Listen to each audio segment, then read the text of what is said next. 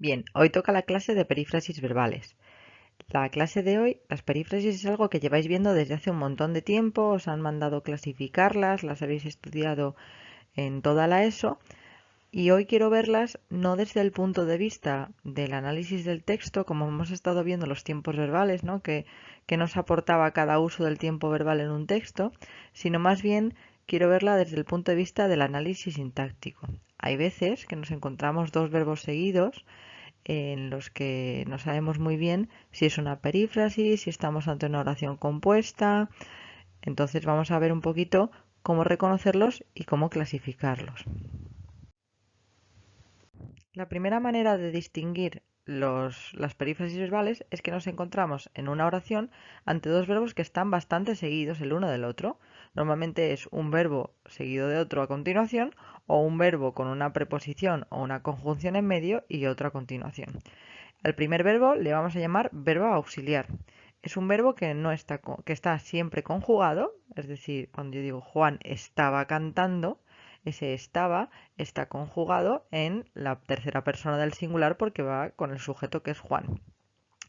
Suelen ser verbos que no tienen ningún significado léxico, es decir, que no se pueden definir. ¿Para qué están ahí? Para aportar un matiz al segundo verbo, al verbo auxiliado. Si yo digo uso el verbo comer, que sería el verbo auxiliado, puedo darle matiz, puedo decir que es una obligación, debo comer pronto. O puedo darle un matiz que es de que algo, la acción de comer ha iniciado. Entonces digo, acabo de empezar a comer o empiezo a comer ahora mismo. El que tiene realmente un significado pleno, el que realmente nos aporta el significado para la oración, es el verbo auxiliado, el segundo verbo. Aporta todo el significado a la oración y todos los complementos que hay en la oración van a tener que ver con él. Si yo digo acabo de comer lentejas, lentejas no está modificando a acabo, está modificando a comer, que es la acción. De hecho, yo no puedo decir acabo de correr lentejas, porque el verbo correr no tiene como complementos un alimento, pero sí puedo decir acabo de correr la maratón, y la maratón es un complemento de correr. Entonces, el verbo auxiliado es el verbo que nos aporta todo el significado a la oración y normalmente está en forma no personal y va siempre tras una preposición o tras una conjunción. Vamos a verlo en un par de ejemplos. En el ejemplo primero, que es voy a comer pronto, lo que os he dicho antes, el primer verbo, que está en primera persona del singular, está conjugado y no es el verbo ir como entendemos de caminar hacia un sitio, sino que lo único que está indicando es que inicia o que va a iniciar en breves una acción futura. En cuanto al verbo comer, sí que habla de una acción y es el que aporta el significado. Si os fijáis en este caso, el verbo auxiliar y el verbo auxiliado están diferenciados con una preposición que es a, pero uno no está conjugado y el otro sí. En Alonso Quijano solía madrugar temprano. El verbo soler es el verbo menos definible del mundo mundial porque no se puede dar una definición. Lo único que aporta el verbo soler, en este caso solía, es la frecuencia con la que madrugaba. Si yo digo solía madrugar es que lo hacía frecuentemente, pero no aporta más que un significado temporal de frecuencia. Y de nuevo tenemos un verbo en tercera persona del singular, que es el que se corresponde a Alonso Quijano, y un verbo en infinitivo sin separarse entre ellos. En el tercer caso, ahora te vas haciendo la cama. Si os fijáis, la cama es un complemento de hacer, no de ir. Y por tanto, el verbo secundario, que en este caso en vez de en infinitivo está en gerundio, va a ser el verbo que aporte el significado. Y el verbo ir, que está conjugado, que es tú, es el verbo que simplemente habla de duración, de que vas haciéndolo poco a poco, de que algo va durando, que vas a ir haciendo esto y yo me voy a trabajar. En el último caso, el enfermo va asumiendo su gravedad. Tenemos un primer verbo que es el verbo ir, pero de nuevo no es un verbo ir de movimiento, sino que es un proceso de asumir. Y su gravedad tiene que ver con asumir, no con el verbo ir.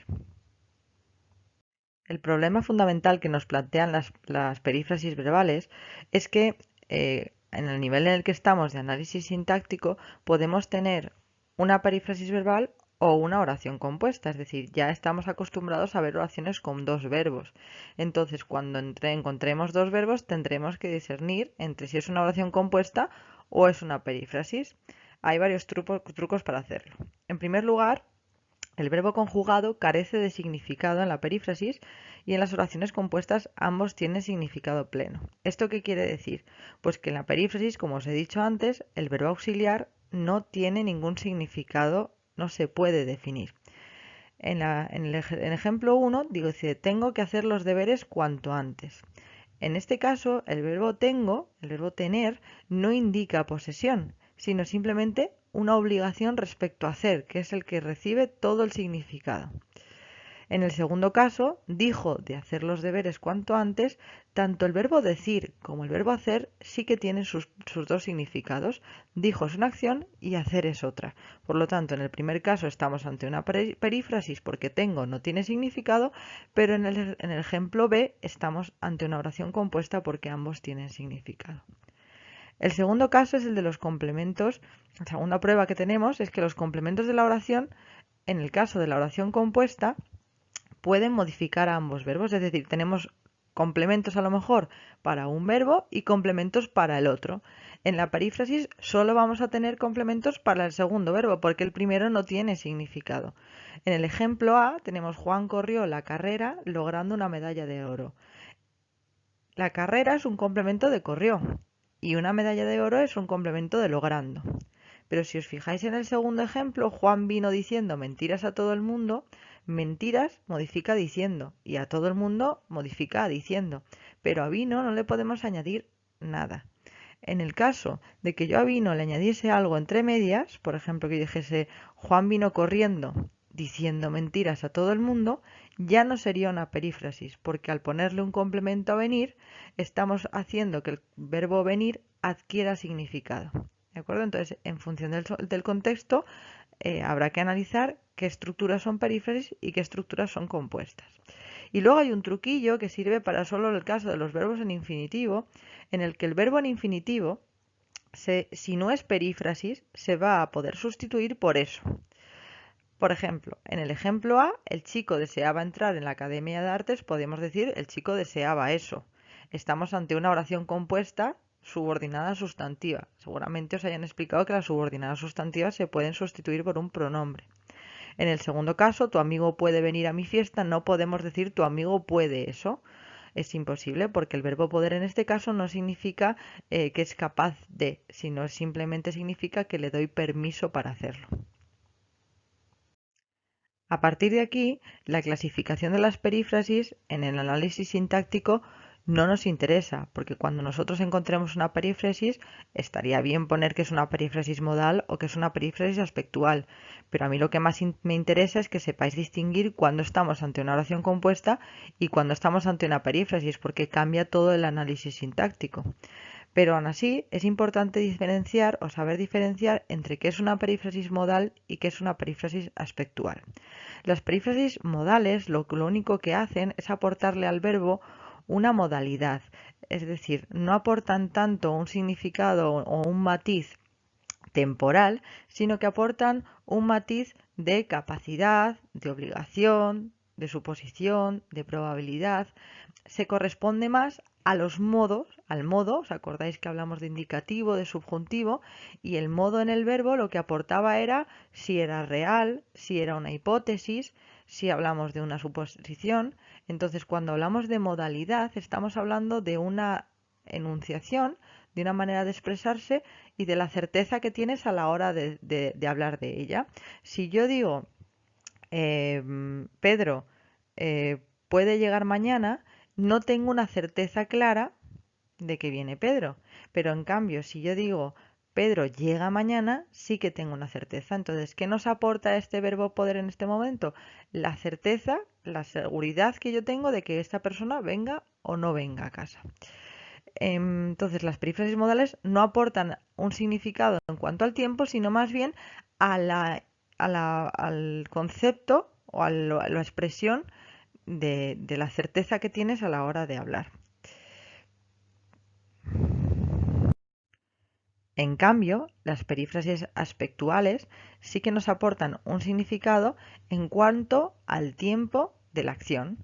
Podemos hablar de perífrasis que nos ayudan a entender que la acción acaba de empezar o que está a punto de empezar, como es el caso de las incoativas o las ingresivas, o sea, es decir, acciones que o todavía no han empezado y están a puntito o que acaban de empezar.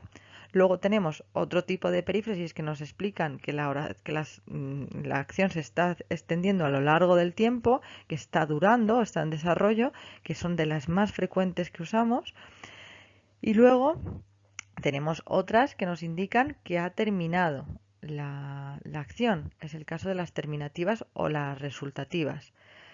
En el caso de las terminativas te indica que la acción está acabada. En el caso de las resultativas no solo está acabada, sino que te están hablando del producto que ha sido resultado de esa acción. En el caso de tengo hechos los deberes, no solo te estoy diciendo que los he terminado, sino te estoy diciendo que ya tengo el producto preparado, que lo tengo hecho.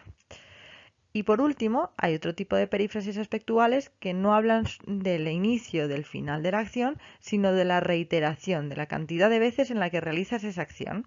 Es el caso de soler, acostumbrar, volver a hacer. Son perífrasis que nos indican la frecuencia. Y esto es todo lo que hay que saber sobre las perífrasis verbales. No tiene mucha dificultad.